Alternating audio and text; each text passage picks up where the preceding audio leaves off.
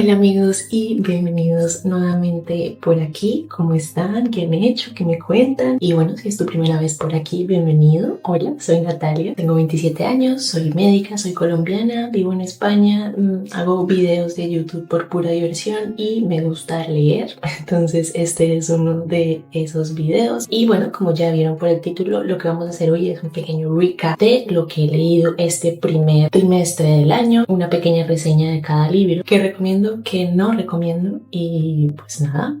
Empecemos. La idea es irles mostrando mis estadísticas de lectura a medida que vayamos pasando mes a mes. Voy a hablar de un total de 17 libros, que son los que he leído de enero a marzo de este año. De esos 17 libros, 11 son en físico, que los tengo aquí, y 6 son en digital, que empecé a leer en digital este año. Incluso el año pasado yo creo que leí 1 o 2 libros en digital solamente, porque bueno, este año decidí comprarme un Kobo, entonces estoy aprovechando. Y bueno, empecemos con enero. En enero leí un total de 4 libros, 1529 páginas. De lectura tuve un mood muy emocional, yo creo que sobre todo por este primer libro del que vamos a hablar, y a partes iguales, reflexivo, ligero, esperanzador y emotivo. Entonces bueno, el primer libro que terminé este año fue Literatura Infantil de Alejandro Zambra. Este es el libro que más estrellas tiene en lo que va del año.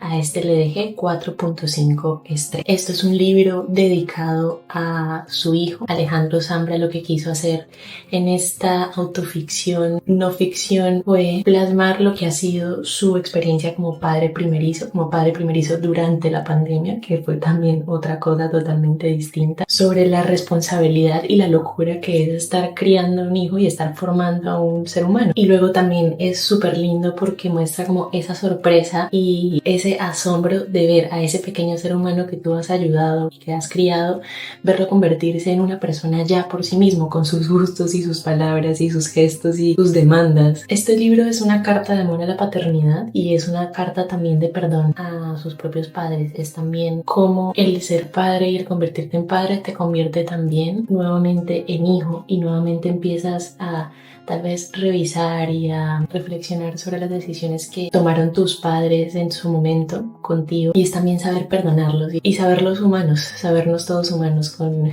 nuestros errores y nuestros miedos. Es sobre cómo lo marcó el ser hijo de un hombre al que admiraba y al que tenía en partes iguales, y de cómo esa visión y ese recordar ser hijo influye mucho en cómo es él como padre. Es un libro muy lindo, muy emotivo. Es bastante interesante ver como este lado de la paternidad, que la verdad es que no se ve mucho en la literatura. La verdad que es bastante interesante. Y bueno, yo últimamente estoy como muy en el mood de leer sobre maternidad y paternidad y el ser padres y la crianza. Entonces este fue como un buen abrebocas a lo que quiero leer para este año. Continuamos con El infinito en un junco.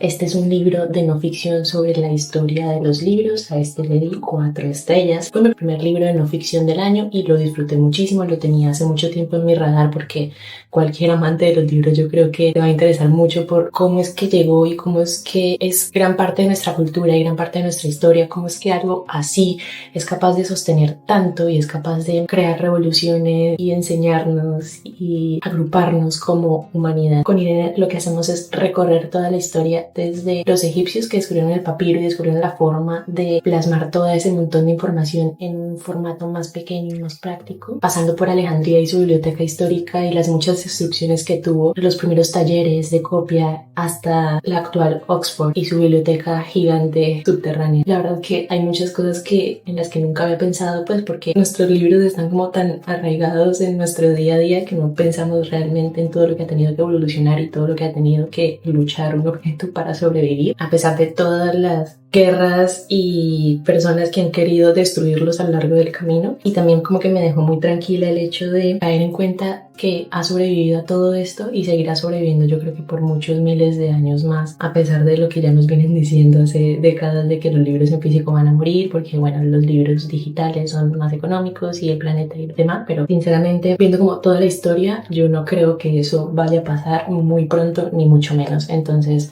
El libro es súper interesante, es algo largo y es un poco lento para leer precisamente por eso, pero la verdad es que es muy interesante. Y de hecho, hace poco vi en una librería la novela gráfica de este libro y se ve precioso. O sea, si tienen como un poco de curiosidad y tal, pero no les llama mucho la atención así un libro de no ficción un poco más largo y un poco más lento de leer, les recomiendo que revisen la novela gráfica, que la verdad, por lo que la vi, está preciosa. Luego, el tercer libro de enero fue La ciudad prometida. Este fue el libro bookish de enero.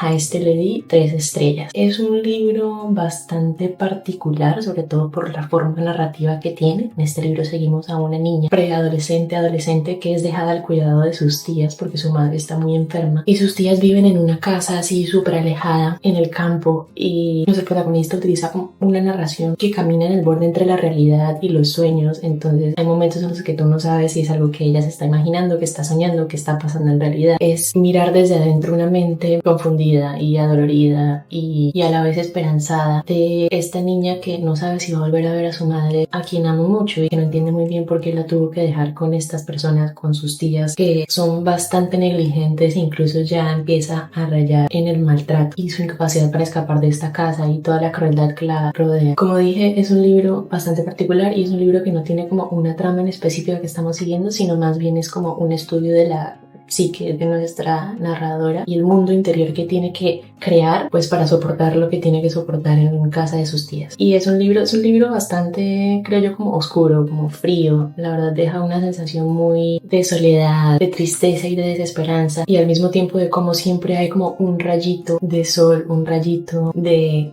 esperanza que nuestra mente nunca deja morir y que nuestra narradora nunca deja morir, y que bueno, eventualmente ella sobrevive a esta situación que no sabemos cómo, pero lo hace. Entonces, lo dicho, es un libro un poco muy experimental para mi gusto, aunque no sé si esa es la palabra correcta, porque usualmente me gusta el tipo de literatura como un poco más rara, por decirlo de alguna manera, pero este por alguna razón como que no me atrapó lo suficiente. Aunque lo dicho, es un ejercicio bastante interesante en lo que es la capacidad de nuestra mente de protegernos de lo que está pasando afuera. Y por último, el último libro que leí en enero fue The 7 Years Sleep, que a este libro le di 3.75 estrellas. Este fue, digamos que mi abrebocas para lo que va a venir siendo febrero, que yo en febrero leí mucho romance porque fue como la meta del mes, que ya ahora lo vamos a hablar. Este fue como mi abrebocas. Este lo leí a finales de enero, o sea, estoy diciendo que lo leí creo que en 3 días, fueron los 3 últimos días de enero, o sea, por poco y lo termino ya en febrero. En este romance con un toque de fantasía seguimos a nuestra narradora, que se llama Clementine, que es una mujer en sus casi 30, creo que tiene 27 años o algo por el estilo, y ella está navegando la muerte de su tía, una muerte que la impactó mucho porque su tía era una de sus mejores amigas y era un modelo a seguir para Clementine, y su muerte fue muy repentina. Está ella intentando como navegar este duelo, y debido a la muerte de su tía, ella le deja su piso, y digamos el toque de fantasía que tiene este libro es que ese es un piso mágico en el que se puede viajar en el tiempo tanto 7 años para el futuro o para el pasado. En uno de esos días en que está en su piso, el piso viaja en el tiempo y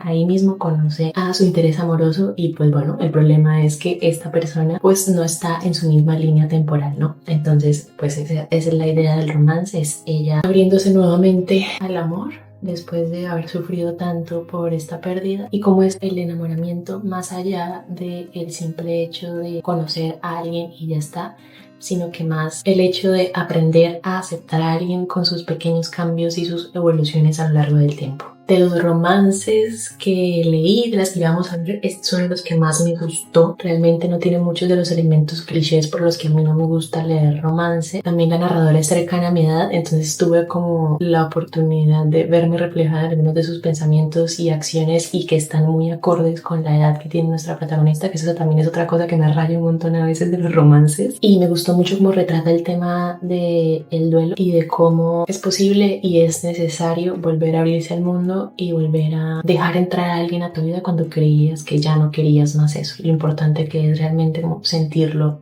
todo, ¿no? Eso fue enero y ahora vamos a empezar con febrero, que es el mes que más he leído en lo que va del año. Como les dije, este mes hubo una racha de romances porque no solamente tenía yo la idea de hacerlo como para salir de mi zona de confort, porque como ya lo dije, el romance no me gusta y no lo leo mucho, sino que también hubo un reto de lectura en Lectio Mori, que es el club de lectura al que me uní a inicios de este año y la verdad que lo estoy amando. Y bueno, el reto de lectura era romance, entonces entre que yo también quería un poco probarme y también mi parte competitiva de que quería darle puntos a mi equipo por leer romances, pues llegamos a estos libros. Antes, estadísticas de febrero. Como lo dije, en febrero fue el mes que más he leído. Leí 7 libros, un total de 2.513 páginas y el mood estuvo nuevamente reflexivo, gracioso y emocional, y luego otras cosas, un montón de cosas que usualmente no me salen en estas estadísticas, que yo creo que fue por todos los romances que leí. Pero bueno, el primer libro que leí en este mes es en digital, es La teoría del amor, que a este libro le di 2 estrellas y media. Creo que fue el romance que menos me gustó. Sí, efectivamente fue el romance que menos me gustó y ya voy a decir por qué. En este libro seguimos a nuestra protagonista que se llama Elsie.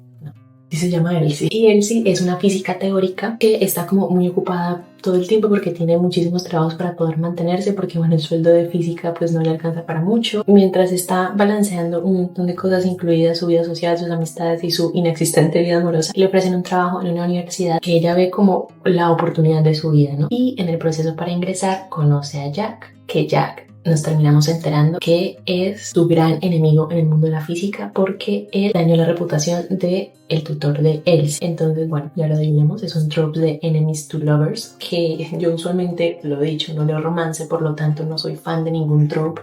De hecho, no soy ni siquiera fan del concepto de trope, pero eso es otra conversación. Pero yo creo que el de enemies to lovers es uno de los que menos me gusta leer porque para mí no tiene mucho sentido, porque siento yo que a estas edades y a estas alturas de la vida realmente uno no tiene enemigos, ¿saben? Y si realmente tienes un enemigo y alguien por quien sientes un odio tan intenso, es muy poco probable que te enamores de esa persona, porque si tienes un odio tan intenso hacia alguien es porque hizo algo muy grave que no se puede solucionar con comunicación y con sentido común. ¿Saben a lo que me refiero? En fin, por eso digamos que la gran parte de esta historia me pareció un poco sin fundamentos y además, bueno, tiene un par de clichés que no me gustan mucho, sobre todo como retratan a los protagonistas, tipo nuestra protagonista es siempre muy petit, muy delgadita, muy frágil, nuestro protagonista es siempre, nuestro pues interés amoroso es siempre grande y musculoso y mamá y pues súper serio con todos los demás, pero con esta chica es súper amoroso y súper cariñoso. Ese tipo de cosas la verdad que no la disfruto, por lo tanto este fue un romance que no disfruté en ese sentido, aunque sí agradezco el retrato de las mujeres en posiciones de poder y en profesiones que son mayoritariamente masculinas. Eso sí me gustó como la representación femenina, pero por lo demás fue un libro que la verdad que no disfruté mucho. El siguiente romance que leí fue Nosotros en la Luna, de Alice Kellen. A este le puse 2 estrellas con 75 y bueno, yo la verdad que ya había visto desde hace años los libros de Alice Kellen, sobre todo cuando me vine a vivir aquí a España y los veía por todas partes, entonces como que tenía mucha curiosidad, aproveché que era el momento de leer romance como para lanzarme, ¿no? En este libro seguimos a nuestra protagonista que se llama Ginger, y Ginger en una noche que decide irse para París así de la nada conoce a su interés amoroso, que es Rhys, que es así un chico malote y como que no le gusta conformarse, viaja por todo el mundo, es DJ y demás. Y bueno, desde el momento que se conocen ellos como que forman una relación, inicialmente son amigos, como viven en ciudades diferentes, en países diferentes, se comunican mucho por correo electrónico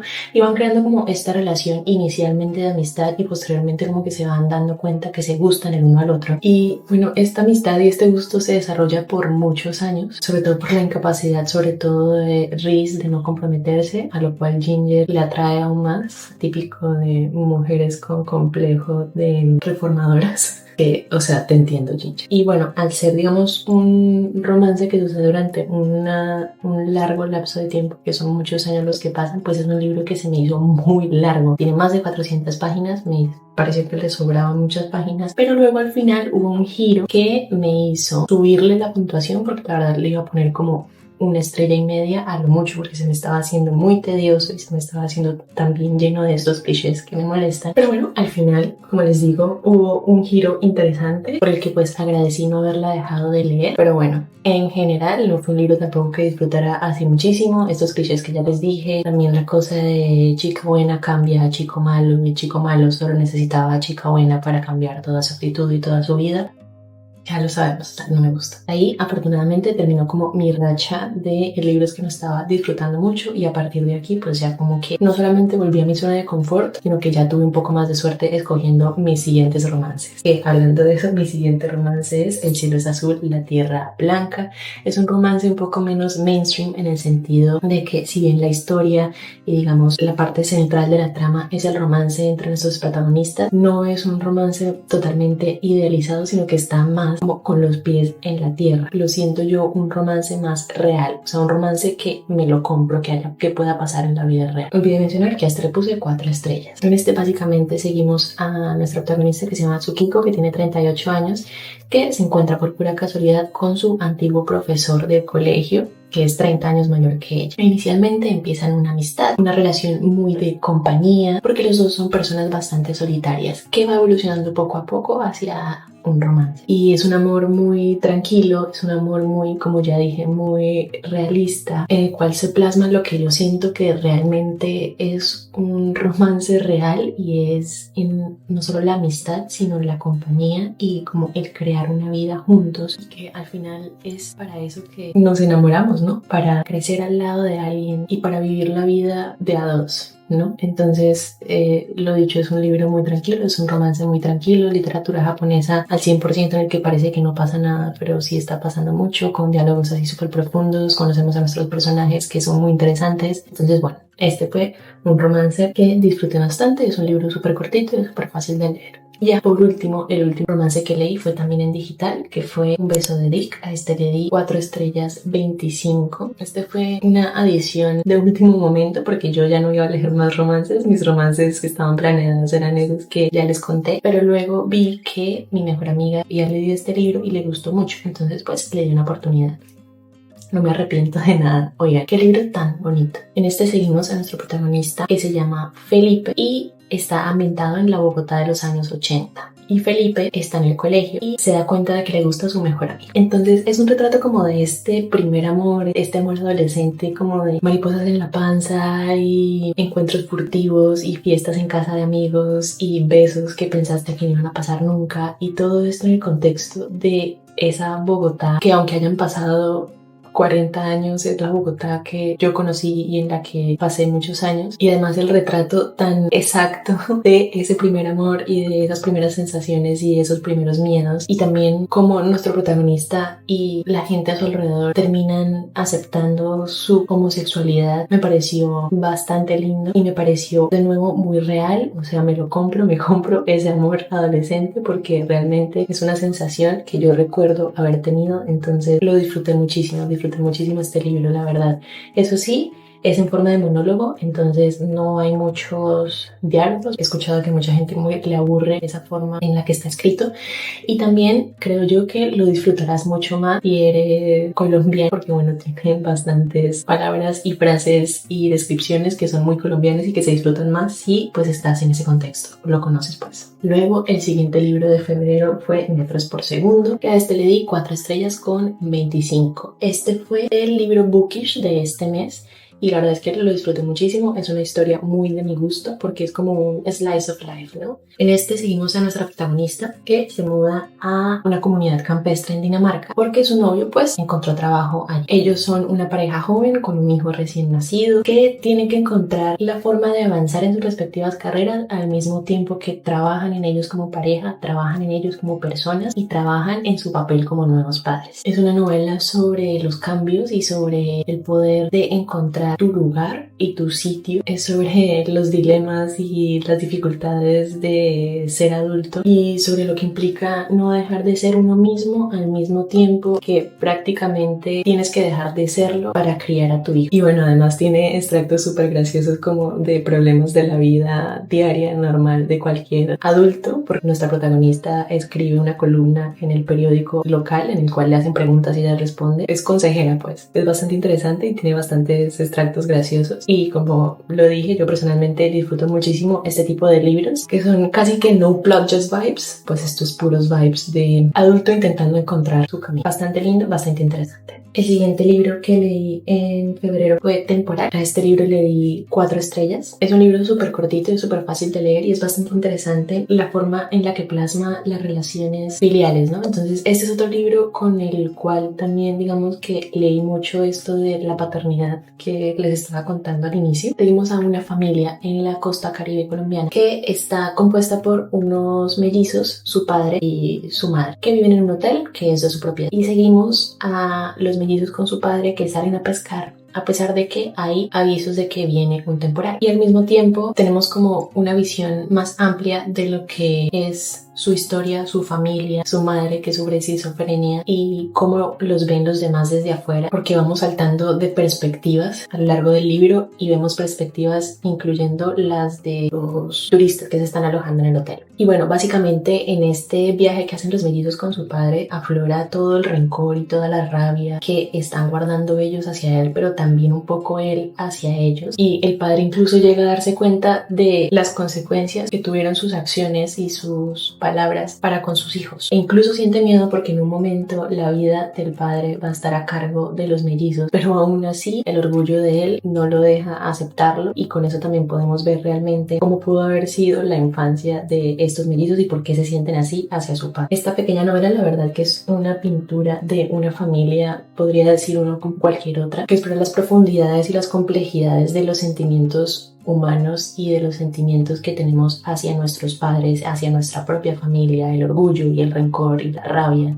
y la tristeza. La verdad que lo disfruté. Es una novela, como ya dije, bastante corta y me gustó mucho cómo Tomás juega con este cambio de perspectivas que ya les conté y hace que el libro sea bastante dinámico. Me encantaría que hubiese tenido más páginas, o sea, yo siento que se pudo haber explorado muchas más cosas en más páginas, pero aún así me parece que Tomás logra una obra muy colombiana llena de verdades y reflexiones interesantes. Por último, el último libro que leí en febrero fue Todo lo que sé sobre el amor, que a este le di 3.75 estrellas. En este libro de no ficción, Dolly nos cuenta algunas de sus experiencias en relación con el amor, no solo con el amor romántico, sino también con sus amistades que tuvo a lo largo de su vida. Entonces está dividido por décadas, por así decirlo. Entonces ella nos cuenta todo lo que sabía sobre el amor o todo lo que creía saber sobre el amor a los 13 años, a los 25, a los 35 y así sucesivamente. Es muy interesante ver cómo va cambiando ella la perspectiva de ciertas cosas y cómo va cambiando también sus acciones respecto a sus errores del pasado. Ay, la primavera. Y las historias que nos cuenta sobre su juventud son siempre interesantes y son siempre muy alocadas, pero llega un punto en el que ya es un poco demasiado. O sea, Dolly se pasa todos sus 20s y casi todos sus 30s en estas situaciones que ella sabe que no son buenas para ella y aún así como que sigue repitiendo sus errores. Entonces llega a cansar un poco las mismas historias una y otra vez. Siento que le sobran algunas páginas, pero aún así lo disfruté viendo también cómo evolucionamos, ¿no? O sea, en tiempo real, como todo lo que tú creías saber de la vida, todo lo que tú creías saber que estaba bien y que estaba mal, puede cambiar en algunos años con algunas experiencias.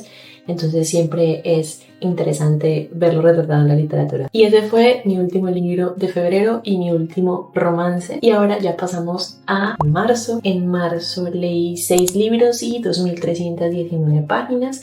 El mood estuvo reflexivo, oscuro y tenso. Y eso ya suena más a lo que yo suelo leer normalmente, la verdad. El primer libro que terminé en marzo fue Dune. Lo terminé precisamente 2 días o un día antes de que saliera la película, que me la vi el día del estreno y lo leí precisamente para eso. Porque bueno, la la primera película, la verdad que me encanta, es una de mis películas yo creo que favoritas. Y pues tenía curiosidad para leer el libro, ya que la segunda película también se basa en este primer libro de la saga. Yo creo que con todo el boom que hubo y demás, ya más o menos todo el mundo sabe de qué trata Dune, pero básicamente es un futuro distópico en la que los humanos logramos conquistar diferentes planetas y conquistamos el viaje intergaláctico. Seguimos a una familia que tiene que dejar su planeta porque le entregan como feudo a otro planeta que es Arrakis, que es el origen de la especia, que es un material que hace posible precisamente estos viajes y tiene muchas otras propiedades que nos vamos dando cuenta a lo largo del libro que la hacen una de las materias o la materia más valiosa del universo. Entonces esto hace que Arrakis sea un planeta muy valioso para el emperador, lo cual da pie al inicio de una guerra basada en el miedo y en la envidia y en el rencor. Me parece que es un libro muy bien escrito, es un libro de ciencia ficción no muy dura, por así decirlo. O sea, yo no es que lea mucha ciencia ficción, en realidad leo poca, pero no me molesta, me gusta y siento que esto es uno de los libros que se deja leer. Es muy interesante, está muy bien escrito, la ambientación es increíble, llegamos a conocer a nuestros personajes y a quererlos, lo cual siempre es interesante y siempre es necesario para que, por lo menos a mí personalmente, me guste mucho un libro de ciencia ficción. Los detalles de los conflictos sociopolíticos que vemos como por encima en las películas, la verdad que se retratan súper bien en el libro y los llegamos a entender a la perfección. Como siempre, da una profundidad diferente que solo ver las películas y da una perspectiva distinta, sobre todo la segunda película, que no entiendo hacia dónde quiere ir, pero ok. Y aunque es un libro bastante gordo, la verdad es que la historia se pasa volando. Y pues si te gustan las pelis y te gusta la ciencia ficción, has leído algo de ciencia ficción y ves que te agrada, te lo recomendaría. El siguiente libro de marzo fue Vladimir. Este fue un libro que leí para un reto que me puse a mí misma de solo leer autoras y también de adelantar libros que tenía pendientes por autoras, que esto lo tenía pendiente desde el año pasado. A este le di 3,25 estrellas. Esta novela, que fue ganadora del primer premio Lumen de novela el año pasado, tiene como protagonista a Guinea, que Guinea es una mujer mayor, profesora universitaria, que se ve obligada a abandonar Estados Unidos por un escándalo que tuvo por haberse metido sexualmente con su alumno menor de edad en ese momento. Entonces ella, huyendo de su escándalo y huyendo de la caída de su carrera, se va a su natal Argentina, pero cuando está aterrizando ocurre un apagón mundial y se convierte en una catástrofe. Ella, al salir del aeropuerto, se encuentra con un hombre que decide y se ofrece a ayudarla y la lleva a su casa, inicialmente por lo que era un día, la primera noche, mientras sabían que estaba pasando con el apagón, pero pues termina siendo más. Y el hombre tiene un hijo que se llama Vladimir, que tiene 13 años. Y de ahí pues viene el nombre de la novela, que también pretendía ser un guiño a Lolita. Como yo lo tenía entendido o como había sido el marketing de este libro, era muy así. Y si bien en parte sí lo es, porque explora no solo la relación de nuestra protagonista con su alumno, sino que también explora el deseo de la protagonista hacia el hijo del hombre que la ayuda. Y así inicia la novela. Siento yo que no termina de trabajarlo porque intenta también tocar muchos otros temas que requerirían una novela por sí solos.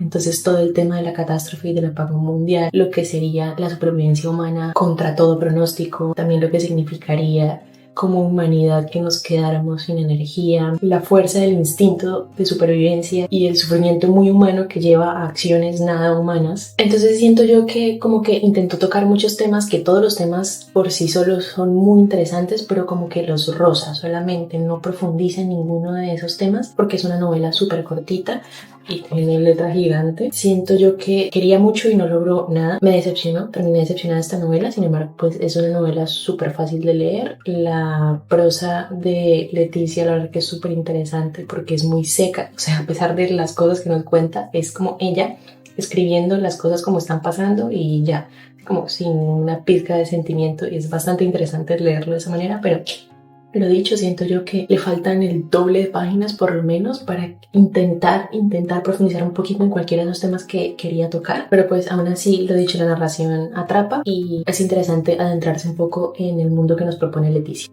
El siguiente libro que leí en marzo fue la trilogía de París. Este fue el libro bookish del mes de marzo. Está conformada por 3 novelas cortas, que fueron las últimas que escribió Colomb, y son 17 años, Dos pequeñas burguesas y La ternura del Cruel. Esas son las 3 novelas que conforman esta trilogía, en la que la autora nos abre la puerta de su vida y nos cuenta 3 momentos, 3 escenas de su vida que la cambiaron en 17 años. Colomb toca el tema del aborto que tuvo cuando tenía 17 años, en el contexto de un París liberal, un París donde ya era legal el aborto, y en un contexto también de privilegio, en el sentido de que su familia tenía dinero y tenía la capacidad de ayudarla en todo este proceso, ¿no? Y de cómo, a pesar de sus ventajas socioeconómicas y de sentirse superior moralmente a los demás, ella también comete este error que la verdad es que la lleva a crecer muchos años en pocos meses. Colomb nos dice que fue inspirada por Annie Ernaux y su acontecimiento para escribir esta historia, en la cual no deja de estar agradecida por haber podido abortar legalmente y de forma segura, que no lo tuvo Annie, y al mismo tiempo sin dejarle el recuerdo de el bebé no nacido, que nos cuenta ella que siempre va a seguir como en la parte oscura de sus recuerdos. En la segunda novela, que se llama Dos pequeñas burguesas, Colomb nos cuenta la historia de amistad con su mejor amiga de toda la vida, que se conocieron cuando eran niñas, hasta en el 2018 que Eloise, su amiga, se enferma muy gravemente para posteriormente morir. Entonces Colomb, al mismo tiempo que nos va contando su pasado en el contexto de, lo dicho, la burguesía parisina y las esferas un poco más altas del París de los años 70, nos va retratando lo que ha sido el duelo y lo que ha sido el perder a su persona y a esa persona que más la conoce y más la ha conocido por toda su vida. Y la verdad que es muy lindo porque es una carta como a esta amistad incondicional, ¿no? A los recuerdos de toda una vida, a los recuerdos compartidos de toda una vida y a lo que realmente queda de esa persona cuando muere, cuando ya no está. Y por último, la última novela es La ternura del Cruel, que es una novela sobre el amor y sobre el desamor, sobre uno de los últimos novios que tuvo Colomb ya alrededor de los 50 años, ya cuando se había divorciado del papá de sus hijos, y de cómo ella se da cuenta de que se podía volver a enamorar y de que el amor no había muerto y de que podía volver a sentir eso. Ella creía que ya no iba a poder sentir. Y es también la historia del desamor de su novio, que ya se enamoró y no quiso seguir estando con ella, y de cómo ese era otro sentimiento que ella creía que no iba a volver a sentir y efectivamente lo volvió a sentir. Pero es también darse cuenta como de que ese no es el fin de todo, de que ese no es el fin del amor y de que al fin y al cabo todo nos deja una enseñanza, y al fin y al cabo el saber que hay más cosas de afuera para ti esperándote siempre es un alivio, y que realmente el amor no solo está afuera sino que también está dentro, y el saberse capaz y el saberse tranquila de poder vivir sola y estar feliz sola. En general es un libro que me gustó mucho, lo disfruté bastante, me habría encantado que de las 3 novelas todas fueran más largas, como que siento que se podían explorar muchas más cosas, y es que la forma de escribir de Colomb me encantó, la verdad que súper interesante, muy fácil de leer, muy tipo slice of life, así como lo que ya les conté que me gusta, y fue una voz narrativa desde un París que no conocía, entonces la verdad que bastante interesante. El siguiente libro que leí en marzo fue Yellow Face. A ese le puse 4.25 estrellas. En este libro leímos a nuestra protagonista June, que es una escritora en ciernes, como que la ha tenido difícil porque su primer libro no fue para nada bien recibido, entonces ella se dedica pues a la enseñanza y a cursos universitarios y demás. Y ella tiene una mejor amiga, que más bien deberíamos decir es una frenemy, que se llama Athena, con quien estudió, pero Athena sí ha tenido un éxito brutal en la parte editorial, ¿no? Tiene un par de libros que han sido un hit, y la verdad es que nuestra protagonista June está muerta de la envidia con su amiga Athena, ¿no? Y este libro empieza cuando June y Athena, después de una salida a tomarse unos tragos, van a su casa, y por un accidente bastante raro, June ve como Athena muere ahí en su apartamento, y June, por cosas de la vida y por cosas que nunca nos explica muy bien, decide robarse el borrador de la siguiente novela de Athena, llevárselo a su casa, editarlo y publicarlo como si fuera suyo. Entonces, bueno, en este momento ya empieza una historia que está llena de recovecos y giros y cosas extrañas. Es súper interesante la forma en la que Kwang nos muestra como el detrás de bambalinas del mundo editorial, y de cómo un bestseller no es un bestseller por la forma en la que está escrito, sino que es un bestseller por la forma en la que se puede vender y se le puede hacer marketing a la gente para que lo compre. O sea, ya desde antes está predicho qué va a ser un bestseller y qué no. Y a eso es a lo que se le va trabaja metiendo dinero. Y también es muy interesante la perspectiva que nos da porque June es una mujer blanca que decide publicar un libro que es una novela histórica del pasado de China, entonces termina teniendo que tejer como una red de mentiras a su alrededor para que la gente no tenga sospechas de que ese libro no es de ella, y cada vez las mentiras son más complejas y más difíciles de creer, y nosotros como lectores somos simples observadores del abismo al que se está acercando June. Y es bastante interesante la sensación que me da este libro. O sea, quiero que sepan que me gustó muchísimo y lo leí muy rápido porque quería saber qué iba a pasar, y al mismo tiempo la rabia que me daba con la protagonista y lo mal que me cae. O sea,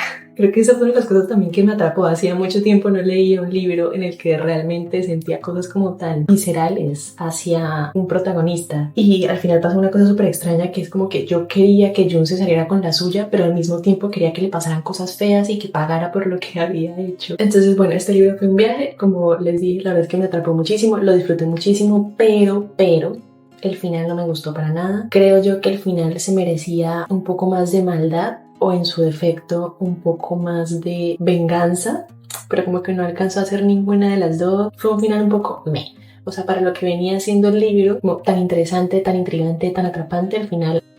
Entonces por eso fue que tiene ese puntaje, pero oigan, recomendado. Luego, el siguiente libro que terminé en marzo fue Crimen y Castigo. Este libro lo empecé a leer en diciembre del año pasado. Me demoré 3 meses en terminarlo, pero bueno, es una relectura. Y en esta vuelta le di 4.25 estrellas. En este clásico seguimos a nuestro protagonista, que es Raskolnikov, que asesina a una vieja usurera principalmente por dinero. O eso es lo que creemos. Pero en todo este camino, durante el antes, el durante y el después, se nos desvela en realidad lo es la mente